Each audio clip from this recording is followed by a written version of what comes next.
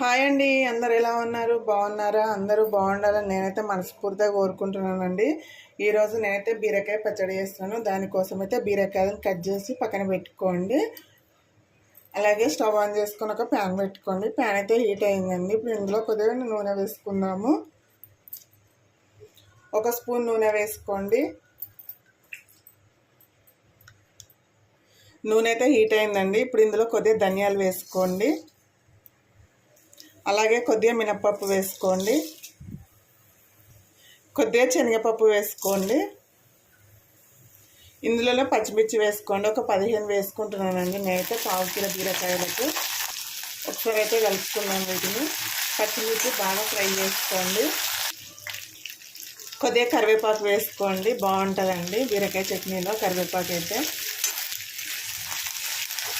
కరివేపాకు పచ్చిమిర్చి అయితే బాగా వేగాలండి. పచ్చిమిర్చి ఈటలు అయితే వేగిపోయింది కదండి. ఇప్పుడు వీటిని పక్కన తీసుకుందాము.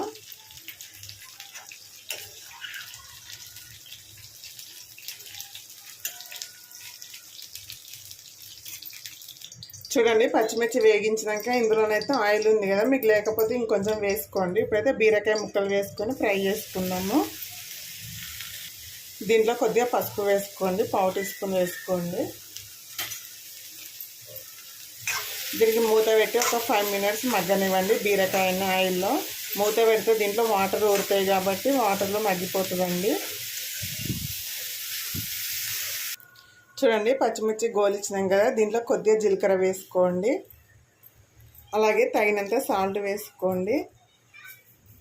దీన్ని ఇప్పుడు మిక్సీ పట్టుకుందాం. మీ దగ్గర వెల్లుల్లి రెబ్బలు ఉంటే వేసుకోండి. ఇప్పుడు వేసుకొని దీన్ని కచ్చా పచ్చగా పట్టుకోండి, మరీ మెత్తగా పట్టుకోకండి.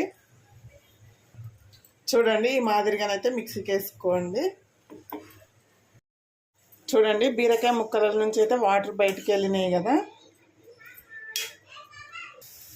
దీంట్లో కొద్దిగా కొత్తిమీర వేసుకోండి.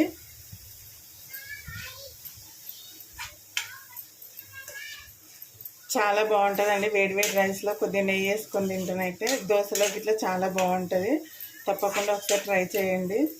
అలాగే వీడియో మొత్తం చూసి లైక్ చేయండి, కామెంట్ చేయండి. చూడండి, బీరకాయ అయితే మగ్గిపోయిందండి. ఇప్పుడు దీంట్లో కొద్దిగా చింతపండు వేసుకుందాము. సారీ అండి, కొద్దిగా చింతపండు వేసుకోండి.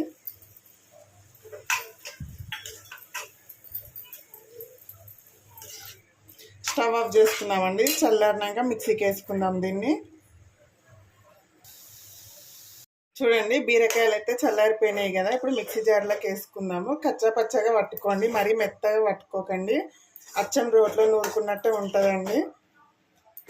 2 పల్సులు ఇవ్వండి, అంతే సరిపోతుంది. చూడండి, దీన్ని అయితే ఇప్పుడు మిక్సీకి వేసుకుంటాను. చూడండి, ఈ రకంగా కచ్చా పచ్చని అయితే పట్టుకోండి, చాలా బాగుంటుందండి. ఇలా స్టవ్ ఆన్ చేసుకొని ఒక కడాయి పెట్టుకొని దాంట్లో ఒక స్పూన్ నూనె అయితే వేసుకోండి తాలింపు కోసము. నూనె అయితే హీట్ అయిందండి. ఇప్పుడు కొద్దిగా శనగపప్పు, కొద్దిగా మినప్పప్పు వేసుకోండి. కొద్దిగా ఆవాలు వేసుకోండి. కొద్దిగా జీలకర్ర వేసుకోండి. ఒక 2 ఎండుమిర్చి వేసుకోండి. కొద్దిగా కరివేపాకు వేసుకోండి. కొంచెం ఇంగు వేసుకోండి. పావు టీ స్పూన్ పసుపు వేసుకోండి. ఇందాక బీరకాయ ముక్కలలో వేసుకున్నాం కదా.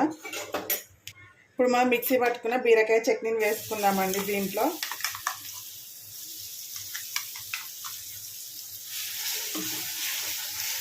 బీరకాయ చట్నీ అయితే రెడీ అయిపోయిందండి. వేడివేడి అన్నంలోకి సూపర్ అంటే సూపర్గా ఉంటుందండి. ఒకసారి తప్పకుండా ట్రై చేయండి. అలాగే వీడియో నచ్చితే ఒక లైక్ చేయండి, షేర్ చేయండి, సబ్స్క్రైబ్ చేసుకొని సపోర్ట్ చేయండి ఫ్రెండ్స్. ఓకేనా మరి, బాయ్.